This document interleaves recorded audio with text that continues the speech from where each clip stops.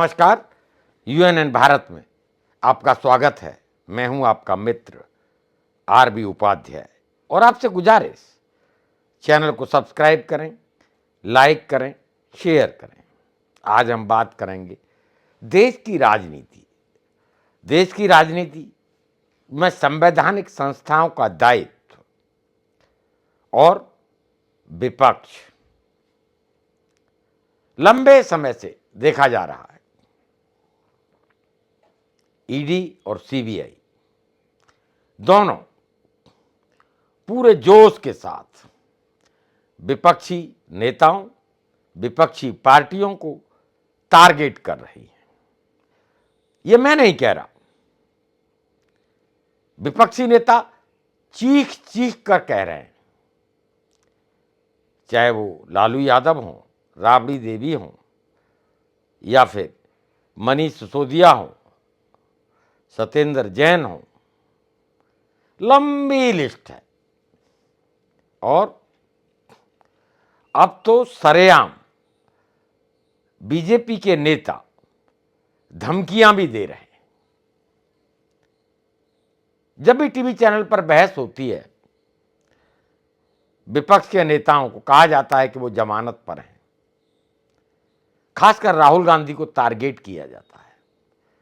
राहुल गांधी के बारे में बोला जाता है कि आपके नेता जमानत पर हैं।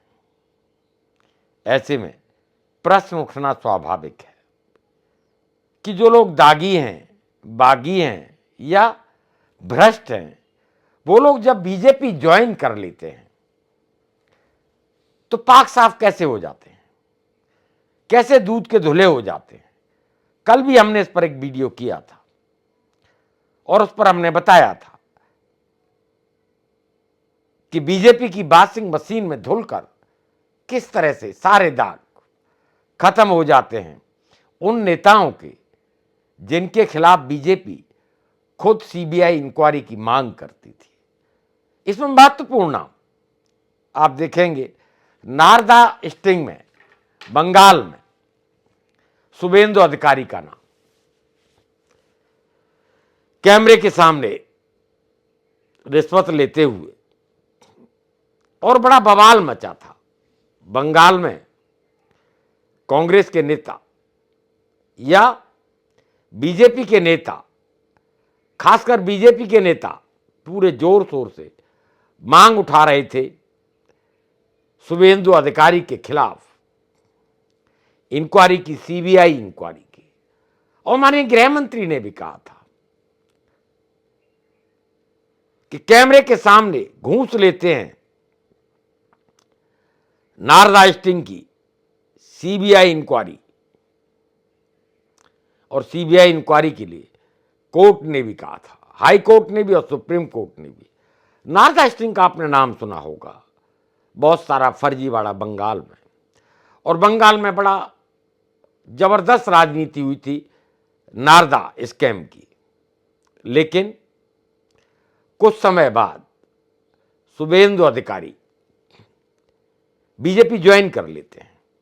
यानी जब टीएमसी में थे तो भ्रष्ट थे, लेकिन जैसे ही बीजेपी ज्वाइन करते हैं, वो उनके जो वीडियोज थे, उनके जो ट्वीट थे बीजेपी के, वो सब डिलीट कर दिए जाते हैं।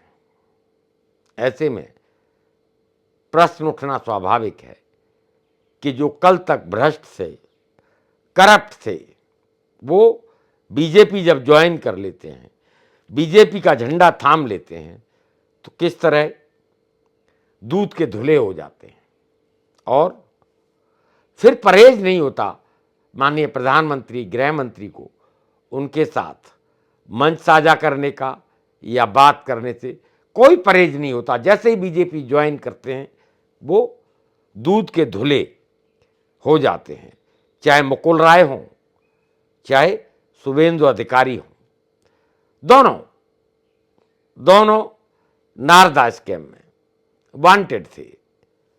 कयास लगाए जा रहे थे गिरफ्तारी होगी, जांच होगी, लेकिन दोनों ने जैसे ही बीजेपी ज्वाइन की, ये बात अलग है कि मुकुल रॉय टीएमसी में वापसी कर चुके हैं। लेकिन शुभेंदु अधिकारी बड़े नेता हैं बीजेपी के बंगाल में, तभी तो विधानसभा में मंत्री को धमका रहे। मंत्री ने कोई बात कह दी या प्रश्न पूछा, शुभेंदु अधिकारी कह रहे हैं अंदर करा दूंगा 1 महीने में, यानी सरेआम धमकी। तो विपक्ष जो कह रहा है या विपक्षी नेता जो प्रश्न खड़े कर रहे हैं, इसका मतलब वो आधारहीन नहीं है। जब बीजेपी के नेता ही धमकी दे रहे हैं, सरेआम धमकी दे रहे हैं कि भी अंदर करा देंगे। और दोस्तों, सत्ता आने जाने वाली चीज है, हमेशा कोई सत्ता में नहीं रहता। आज जो सत्ता में है कल विपक्ष में थे, और आज जो विपक्ष में है कल वो सत्ता में होंगे। लेकिन लोकतंत्र में संवैधानिक संस्थाओं का दुरुपयोग और उन पर प्रश्न खड़े होना वाजिब है, और प्रश्न जब खड़े होंगे तो राजनीति भी होगी। अब सीबीआई और ईडी जिस तरह मनीष सिसोदिया, राबड़ी देवी, लालू प्रसाद, यानी उनके पूरे परिवार को, और कल तो हद हो गई।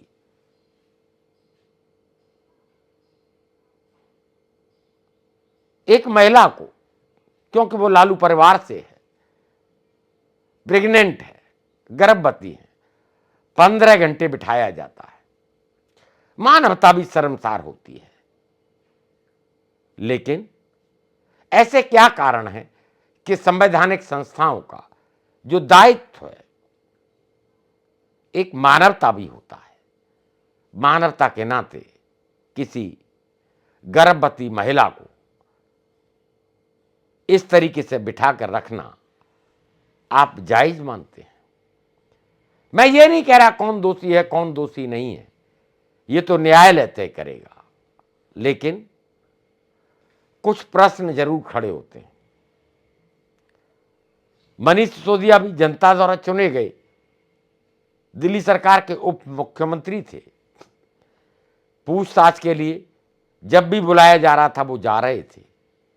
फिर ऐसे क्या कारण रहे कि उन्हें जेल में रखना पड़ा? यह भी प्रश्न उठ रहा है। और कल आम आदमी पार्टी के राघव चड्ढा ने प्रेस कॉन्फ्रेंस भी की, और वहां से भी प्रश्न खड़े हुए कि किस तरह दुरुपयोग हो रहा है संवैधानिक संस्थाओं का। और यह कोई नया नहीं है दोस्तों। जब कांग्रेस सत्ता में थी तब भी कोर्ट को कहना पड़ा था सीबीआई पिंजड़े में बंद तोता है। अब जो देखा जा रहा है,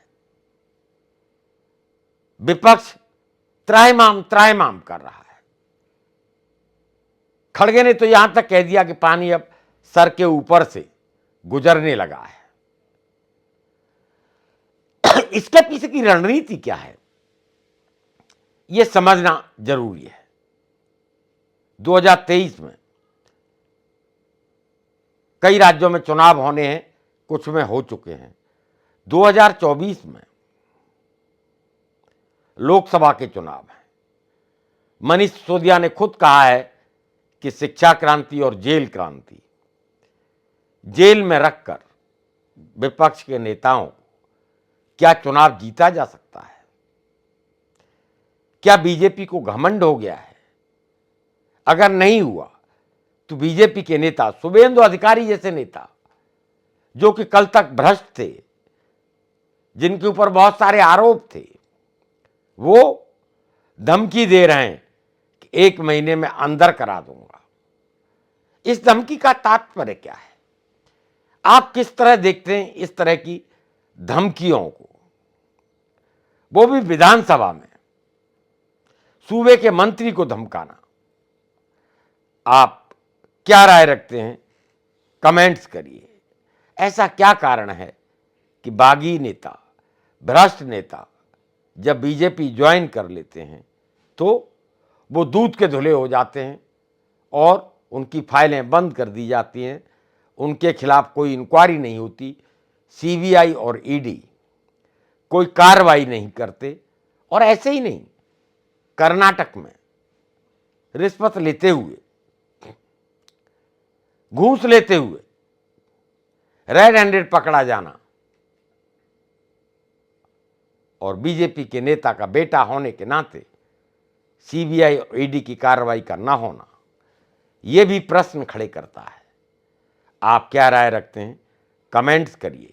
आपके कमेंट्स हमारा मार्गदर्शन करते हैं। और 2024 का परिदृश्य आप किस तरह देखते हैं? क्या विपक्ष एकजुट होगा?